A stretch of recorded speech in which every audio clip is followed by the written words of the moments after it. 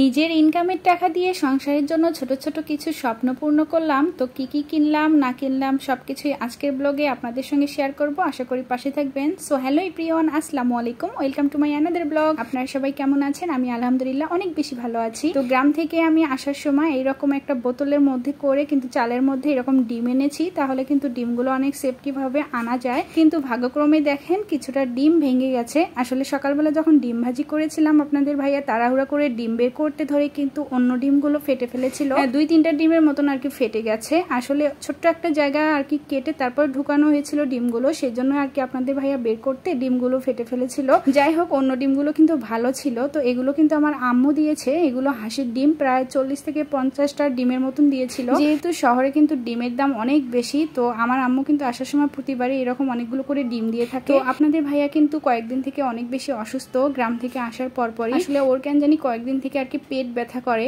এখন জানি না কি জন্য এরকম হচ্ছে। আর এই যে কলাগুলো গ্রাম থেকে আসার সময় আমি এনেছি, এগুলো আমাদের গাছের কলা আর কি, শ্বশুরবাড়ি থেকে এনেছিলাম। তো আপনাদের ভাইয়া কিন্তু আজকে হসপিটালে যাবে আর কি ওর সমস্যার জন্য। কেন যে পেট ব্যথা করে আমি নিজেই জানি না, ও জানে না আসলে। সেজন্য কিন্তু ডক্টর দেখাতে গেছে। তো বললো যে আজকে ঝোলের টাইপের কিছু রান্না করো, সেই জন্য আজকে মুরগির মাংস দিয়ে আর কি পেঁপে রান্না করব। গ্রাম থেকে আসার সময় তো পেঁপে এনেছিলাম। তো আপনাদের ভাইয়া বললো যে মুরগি এমনিতে রান্না করার দরকার নেই, আর কি পেঁপে দিয়ে ঝোল করে রান্না করো, কারণ শুকনা খাবার খেলে আমার আরো পেট ব্যথা করবে। এখন জানি না কিসের জন্য পেট ব্যথাটা করতেছে। আপনারা সবাই আমার জামাইয়ের জন্য একটু দোয়া করবেন যেন পেট ব্যথাটা ভালো হয়ে যায়। তো আজকে একদম মশলা ব্লেন্ডার করা ছিল না, সেই জন্য এরকম বাটার মধ্যে কিন্তু আমি মশলাটা একটু থেতো করে নিলাম বা পিষে নিলাম আর কি। তো আজকে মুরগির মাংস দিয়েই তো পেঁপেটা রান্না করব। আসলে আপনাদের ভাইয়া সবসময় কিন্তু শুকনা খাবারই বেশি পছন্দ করে, কিন্তু আজকে নিজে থেকে বলতেছে যে আজকে আমার জন্য ঝোল টাইপের কিছু একটা রান্না করো, শুকনা খাবার আর খাবো না। আজকে বাইরে কিন্তু প্রচন্ড ভাবে রোদ উঠেছে। এই রোদের মধ্যে, গরমের মধ্যে রান্না করা যে কি রকম কষ্ট তা শুধুমাত্র একজন গৃহিণী কিন্তু বুঝতে পারে। তবুও তো রান্না করতে হবে। আমি গ্রাম থেকে শহরে আসার পর থেকে কিন্তু একদিনও ঠিক মতো রান্না বান্না করিনি। আপনাদের ভাইয়া একদিন পরপর বাসায় খায়, তো সেদিন করে হালকা পাতলা করে একটু রান্না করেছিলাম। আর যেদিন করে আপনাদের ভাইয়া বাসায় আসেননি সেদিন করে কিন্তু শুধু একটা ডিম ভাজি করে আমি খেয়ে নিয়েছি।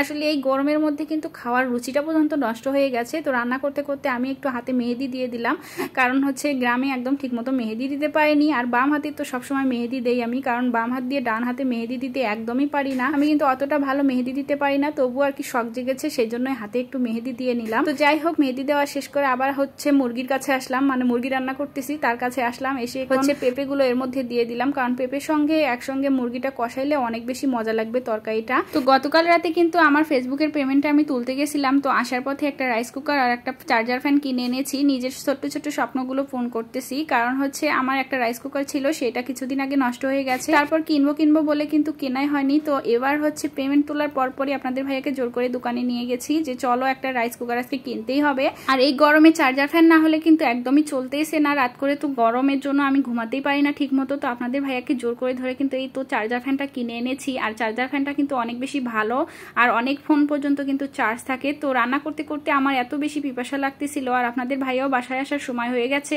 তাই আমি 2টা মগে আর কি এখন শরবত বানিয়ে রাখতেছি। ফ্রিজে পানি রেখেছিলাম, এই ঠান্ডা ঠান্ডা পানি দিয়ে একটু শরবত বানালে কিন্তু একটু তৃপ্তি হয়। আর আপনাদের ভাইয়া ডিউটি থেকে আসার আগে আগে কিন্তু আমি এরকম শরবত বানিয়ে ফ্রিজে রেখে দেই, যাতে বেচারা ডিউটি করে শেষ করে এসে আর কি এরকম একটু ঠান্ডা ঠান্ডা খাবার খেতে পারে, মানে শরবত খেতে পারে, তখন কিন্তু অনেক বেশি মজা লাগবে। আমাদের প্রত্যেকটা স্ত্রীরই কিন্তু দায়িত্ব হাজবেন্ডরা ডিউটি থেকে আসার পর যেন এরকম একটু সেবা যত্ন পায়, তখন কিন্তু তাদেরও মন মানসিকতাটা ভালো থাকে যে আমার বউ আমার কথা কত চিন্তা করে, কত ভালোবেসে আমার জন্য এরকম শরবত বানিয়ে রাখছে এই গরমের মধ্যে। কিন্তু আমাদের কিন্তু প্রত্যেকেরই উচিত বাহির থেকে এসে একটু রেস্ট নিয়ে তারপর কিন্তু শরবত খাওয়া বা পানি খাওয়া, কারণ বাইরে থেকে আসলে কিন্তু আমাদের নিঃশ্বাসটা সবসময় ওঠানামা করে, মানে হার্টবিট বেড়ে যায়। সেই মুহূর্তে যদি আমরা শরবত খাই তখন কিন্তু যে কোনো একটা দুর্ঘটনা ঘটতে পারে, সেজন্য একটু রেস্ট নিয়ে তারপর কিন্তু খাওয়া উচিত বাইরে থেকে আসলে। তো আমি তো খেয়ে নিলাম, আর আপনাদের ভাইয়ার জন্য কিন্তু একটা মগ আমি হচ্ছে ফ্রিজে রেখে দিচ্ছি শরবতটা, যে শরবতটা আপনাদের ভাইয়ার জন্য বানাইলাম। তো এইদিকে আপনাদের ভাইয়ার আসার সময় হয়েছে, মানে ও এসেছে আর কি। তারপর আমি এখানে রাইস কুকারের মধ্যে ভাতটা উঠিয়ে দিয়েছিলাম, তো ভাতটা প্রায় হয়ে গেছে। তো আমি কিন্তু শুধু এখানে রাইস কুকার আর আপনাদের চার্জার ফ্যানটাই কিন্তু দেখিয়ে দিয়েছি, কিন্তু আমি ফেসবুকের পেমেন্ট দিয়ে কিন্তু একটা স্বর্ণেরও জিনিস বানাতে দিয়েছি, সেটাও পরবর্তীতে আপনাদের সঙ্গে কিন্তু শেয়ার করব। যাই হোক, এখানে রান্নাবান্না তো কমপ্লিট হয়ে গেছে। আজকে শুধু ওই একটা রান্নাই করেছি,